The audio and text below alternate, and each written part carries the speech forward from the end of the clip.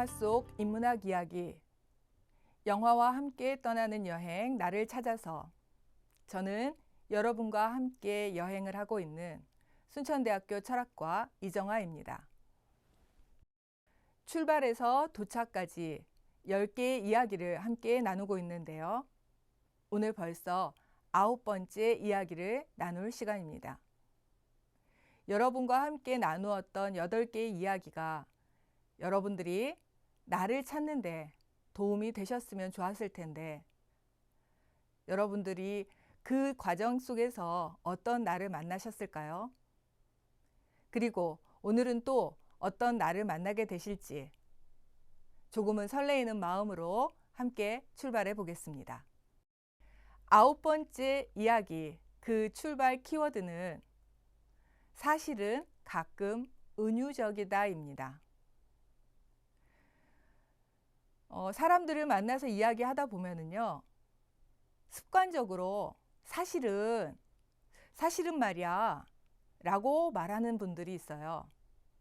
그러면 그 말을 안 할 때는 다 거짓이라는 건가 싶은 생각이 들 만큼 사실이라고 하는 것을 강조하시는 경우가 있는데요.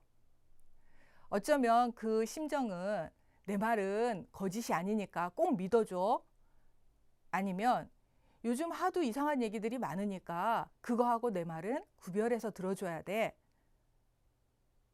또는 내 말에 집중 좀 해줘봐 라는 간절함 같은 것이겠죠. 그런데 그렇게 사실이라고 하는 것이 중요한지는 잘 모르겠습니다. 미장원에 갔다 온 친구에게 너 머리가 전에 게 다 나았던 것 같아, 머리를 자르고 나니까 더 이상해 라고 말하면 친구가 좋아하던가요?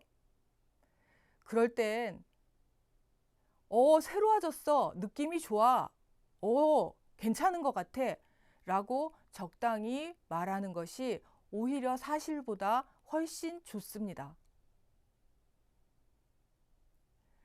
그런데 왜 그렇게 사실에 우리는 집착하게 될까요? 그리고 정말 중요한 사실은 정말 있기는 있는 걸까요? 그래서 사실이라고 하는 것을 바탕에 두고 있는 다큐멘터리 영화 2편을 가지고 오늘은 그 이야기를 해보려고 합니다. 오늘 동행할 영화는 길 위에서라고 하는 2013년도 작품과 영혼의 순례길이라고 하는 2015년도 작품입니다. 공교롭게도 두 작품에 종교적인 색채가 좀 묻어나고 있습니다만 전혀 종교와는 관련된 영화가 아니라고 생각하고 봐주셨으면 합니다. 가끔은 종교에 조금 집착해서 다른 것들에게 방해를 받을 때가 있어요. 그러나 종교는 우리가 입고 있는 옷과 같은 것일 수도 있다고 조금 너그럽게 생각하고 오늘 우리의 대화를 이어갔으면 합니다. 길 위에서라는 영화에는 비구니 스님들의 이야기가 나옵니다. 출가를 준비하고 있거나 그리고 30년 이상을 수행하고 있는 스님들이 길 위에서 나누는 이야기들이 고스란히 담겨 있습니다. 말 그대로 다큐멘터리 영화입니다. 영혼의 순례길은 중국 영화인데요. 영화라고 말을 해야 옳을까라는 생각이 들 만큼 담담하고 담백해서 혹시 중간쯤에 지루하다는 생각이 들지도 모르는 그런 영화이기도 합니다. 참을성이 좀 필요한 영화이기도 하죠. 그러나 끝까지 인내를 가지고 보시다 보면 그래서 이정아 선생이 이 영화를 말했구나 라고 하시는 분도 계실 겁니다. 제발 그러셨으면 좋겠습니다. 다큐멘터리 영화가 전하는 사실의 위험이 있습니다. 어쩌면 이건 사실이라고 하는 것이 갖고 있는 위험성이기도 한데요. 먼저 분홍색 바지와 분홍색 치마, 그리고 더 저 고운 저고리를 함께 말 그대로 깔맞춤해서 입으신 저 노부부. 우리나라에서 한참 유행했었던 니마 그 강을 건너지 마오라고 하는 다큐멘터리 영화이죠. 노부부라고는 믿기지 않을 만큼의 사랑을 보여준 부부. 두 분의 사랑은 어느 청춘 남녀의 애틋함도 막 비교도 할 수 없을 만큼 그런 넘치는 사랑을 보여주셨던 그 영화인데요. 그래서 다큐멘터리 영화이어서 훨씬 더 멜로 영화보다 잔잔하게 더 진하게 다가왔었던 그런 작품입니다. 이 작품에서 우리는 다큐멘터리 영화의 흥행 가능성을 보았다고 볼 수도 있습니다. 그 다음에 원앙소리라고 하는 작품은 외국에까지 알려져서 인기를 끌었었는데요. 인간과 동물 간의 교감, 그리고 인간이 동물에게서 받는 힐링과 사랑을 나눌 수 있는 가능성, 이런 것들을 우리가 함께 보았던 영화입니다. 이 두 작품이 우리에게 줬던 감동이나 또 사업적 가능성 등은 단순히 많은 출연진과 또 많은 사업적 투자 금액이 아니고서도 우리는 얼마든지 감동을 느낄 수 있다는 것, 그리고 다큐멘터리라고 하는 것이 인위적으로 만들어내고 가공하지 않아도 있는 사실 그대로가 우리의 마음을 진하게 울릴 수 있다는 가능성을 잘 보여준 작품들이죠. 그런데 제일 오른쪽에 있는 북극의 나누크라고 하는 이 작품은 다큐멘터리 영화의 가장 유명한 작품이고 또 효시가 된 작품이라고도 할 수가 있는데요. 오늘날은 다큐멘터리 영화의 위험성, 문제성에 거론되는 작품이 되었습니다. 왜냐하면 여기에서는 북극에서의 사냥이 주로 나오고 일상생활을 다루고 있는데 거기에서의 사냥 때 작사를 사용해서 사냥하는 모습들이 자주 등장합니다. 그런데 나중에 알고 보니 이들은 현재 작사를 사용해서 사냥하지 않는다고 하네요. 총을 사용해서 사냥을 하는데 다큐멘터리 영화를 찍는 제작팀들이 담배나 기타 다른 소용이 닿는 물건들을 잔뜩 주고 이들에게 부탁을 해서 작사를 사용해 달라고 했다는 것입니다.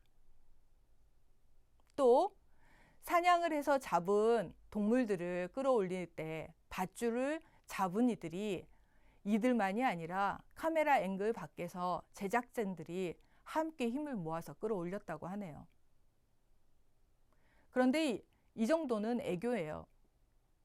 영화 속에 등장하는 부부들의 관계가 실제 부부들의 관계가 아니라고 합니다. 멜로 영화보다 훨씬 더 많이 제작이 된 거죠. 자, 이쯤 되면 이게 다큐멘터리 영화라고 해야 할까요? 아니면 우리가 알고 있는 일반 제작 영화라고 해야 할까요? 여기에서 북극의 나누크라고 하는 작품의 문제성을 제기하고 또 그것을 지적하자는 것이 아닙니다. 사실이라고 하는 것, 이것이 다큐멘터리 영화가 추구하고 있는 것이라고 할 때 그 사실을 영화화하고 있는 감독의 눈에 그 외의 것들, 즉 배제된 사실들은 사실이 아닌 걸까요? 혹은 배제된 나머지 것들, 그것은 사실과 어떤 관계에 있는 걸까요? 다시 말해서 감독의 앵글 속에 들어가는 것, 그것 자체로 이미 제작이라고 하는 시선으로 만들어지는 것이라고 하는 이것을 피할 수 있겠느냐 하는 거죠. 사실이라고 하는 현상이 누군가의 머릿속에 들어가고 필터링 되고 그래서 누군가의 입으로 나왔다면 이미 누군가의 관점과 사고를 거쳤다는 것인데 그것이 정말 사실일까요? 마지막으로 그 밑에 있는 김군이라고 하는 이 다큐멘터리 영화는 5.18이라고 하는 정치적 색채가 진하게 담겨 있는 다큐멘터리 영화입니다. 여기에서 지금 나오고 있는 저 사진은 누군가는 우리 옆집에 살던 김군이라고 얘기하는 사람도 있고 누군가는 북에서 파견된 제1광수, 김광수라고 얘기하는 사람도 있습니다. 즉, 누군가가 우리 옆집에 살던 김군이라고 말한 그 사실도 사실일 수 있고 북에서 파견된 김광수라고 한 그 사실도 사실일 수 있습니다. 확인되지 않는 수많은 사실들, 그 어떤 것이 사실인지는 오롯이 독자 혹은 관객의 몫으로 남겨지는 것이죠. 이렇게 해석으로 혹은 관객의 몫으로 남겨진 그 사실이 과연 우리가 알고 있는 사실, 팩트일지는 다시 한번 생각해 봐야 할 문제가 됩니다.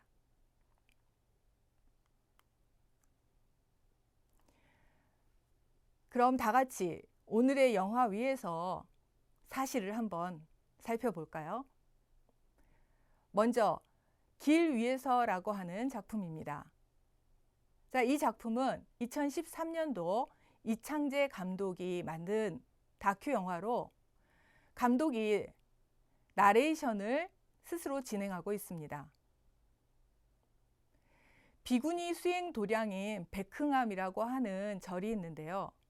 이 절은 1년에 단 2번만 대중들에게 문을 연다고 합니다.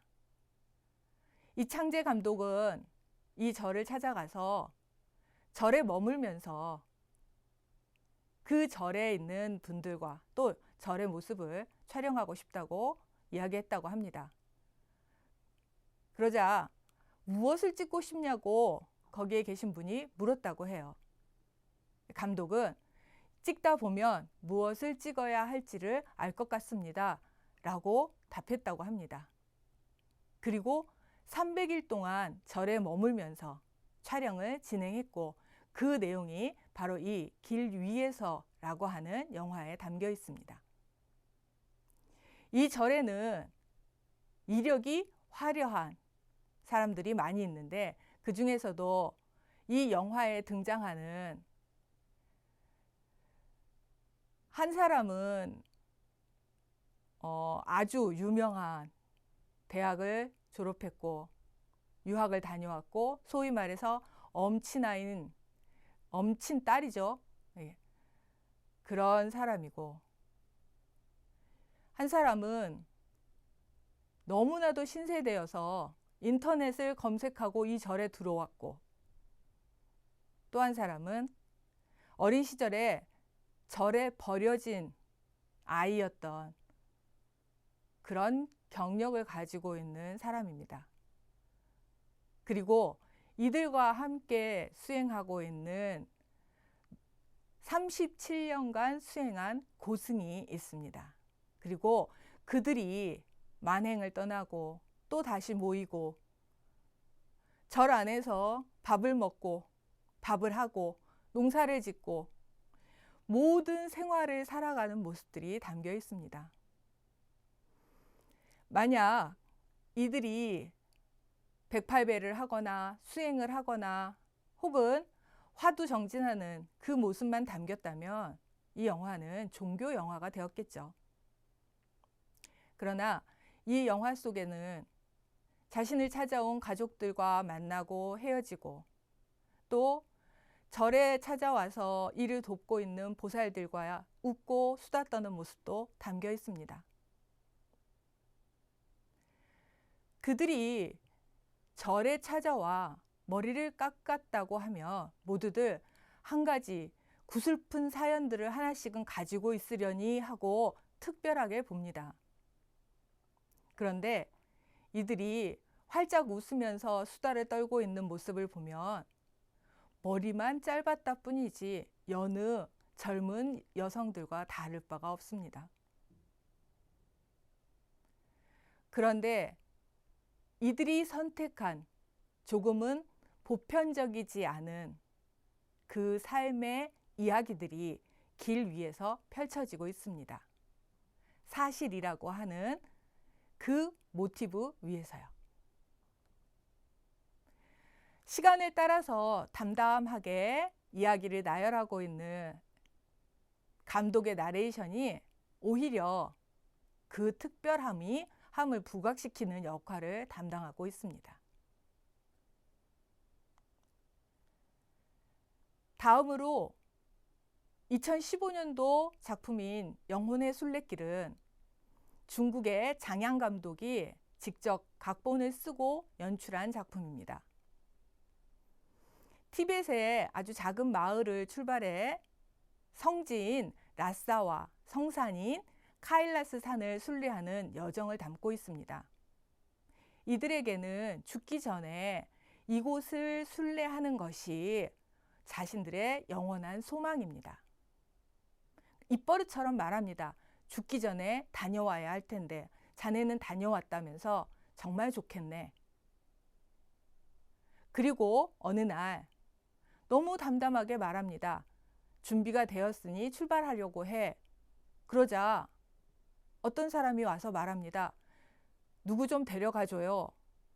어떤 이유가 있어요. 그러자 또 얘기를 합니다. 그래, 알겠어. 그렇게 하지. 이렇게 해서 11명이 모이게 되는데 거기에는 임산부도 있고요. 노인도 있고요.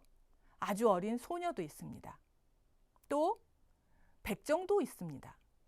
백정은 너무 많은 생명을 죽여서 그것이 자기에게 업이 되었다고 생각해서 매일 술로 지냅니다. 그런데 마음을 먹고 가족들을 두고 출발해서 저 성지를 다녀오겠다고, 순례를 하겠다고 마음을 먹은 거죠. 이들은 1년 동안 2,500km의 거리를 삼보일배해서 나갑니다. 이들이 가는 동안에 겪는 일은 말도 못합니다. 임산부가 있었다고 했죠. 가는 길에 출산을 하기도 합니다. 또 뒤에서 차가 와서 이들의 유일한 운송수단이 하나 있는데요. 가다가 밤이 되면 천막을 치고 자야 하고 밥도 먹어야 하는데 이런 것들을 실어 나르는 자동차라고 할 수는 없고요. 자동차 비슷한 것에 짐을 실을 수 있는 어떤 것을 달아 놓았다고 표현하는 게 더 정확할 겁니다. 예. 그런 트럭을 한 대 가지고 가는데 교통사고가 나서 이 트럭이 망가집니다. 그런데 이것을 처리하는 과정도 너무 기가 막힌데 거기에 환자가 있다고 하면서 너무 급하니 우선 먼저 병원을 가야 된다고 그 차가 운전하던 분이 말을 해요. 그러니까 먼저 가라고 합니다. 우리 같으면 어떡하죠?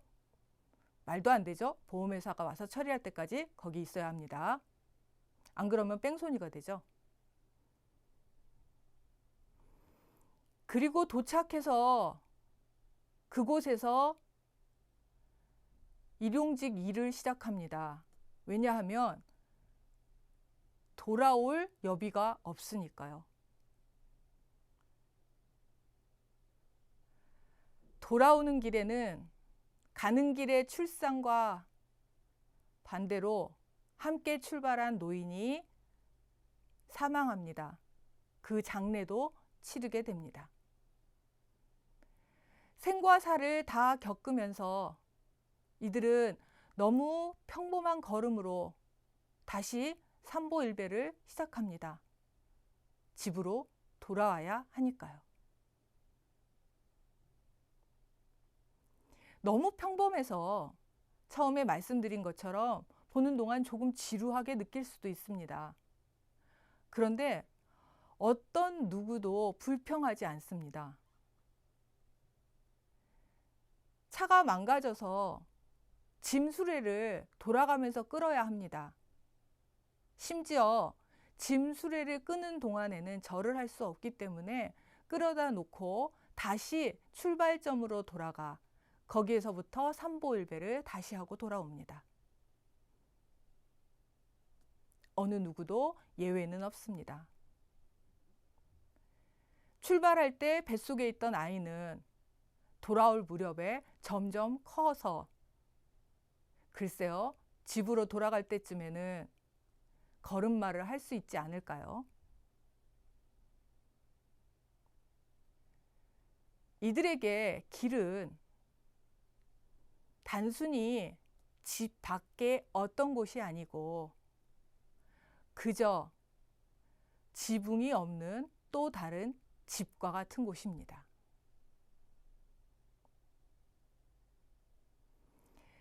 이들이 전하고 있는 사실은 어쩌면 어떤 감독, 어떤 유명한 배우가 연기하는 그 무엇보다도 더 생생한 감동을 만들어줍니다.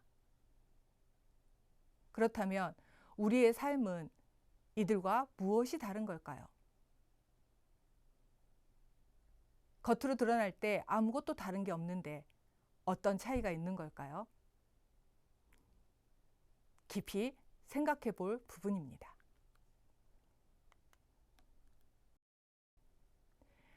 아홉 번째 여행의 일기를 저는 이렇게 정리해 봤습니다. 진리는 없다. 해석이 있을 뿐이다. 이건 제가 하고 있지만 처음에 이 말을 한 사람은 제가 아닙니다. 네, 전 시간에 살펴봤던 니체라는 철학자가 한 말입니다.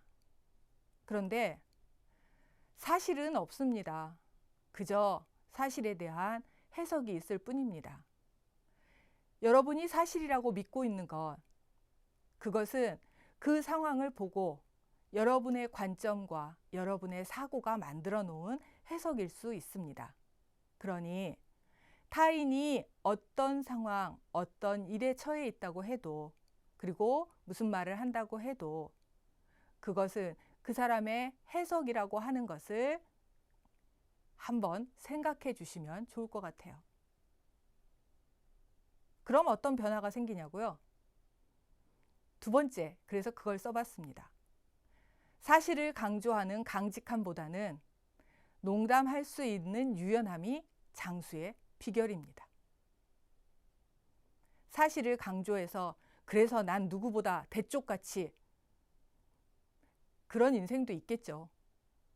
그런데 바람이 불면 부는 방향으로 몸을 뉘을 줄도 알고 농담할 수도 있고 또 다른 사람의 농담을 혹은 다른 사람의 실수를 유연하게 받아줄 수도 있는 사람. 내가 좀 바빠서 가고 있는데 깜빡이도 없이 내 앞으로 끼어든 차가 있다면 나보다 조금 더 바쁜 사람인가 보다 하고 그저 한번 웃을 수 있다면 나는 또 오늘 무탈하게 살 수 있지 않을까 싶습니다. 중요한 것은 사실이 아니고 그 속에 나의 있고 없음입니다. 상황이 뭐 그렇게 중요한가요? 나라고 하는 사람, 나라고 하는 존재가 거기에 포함이 되어 있느냐 없느냐가 중요하죠. 내가 있다면 중요한 일이죠. 내가 없다면 뭐 그리 중요할 게 있나요?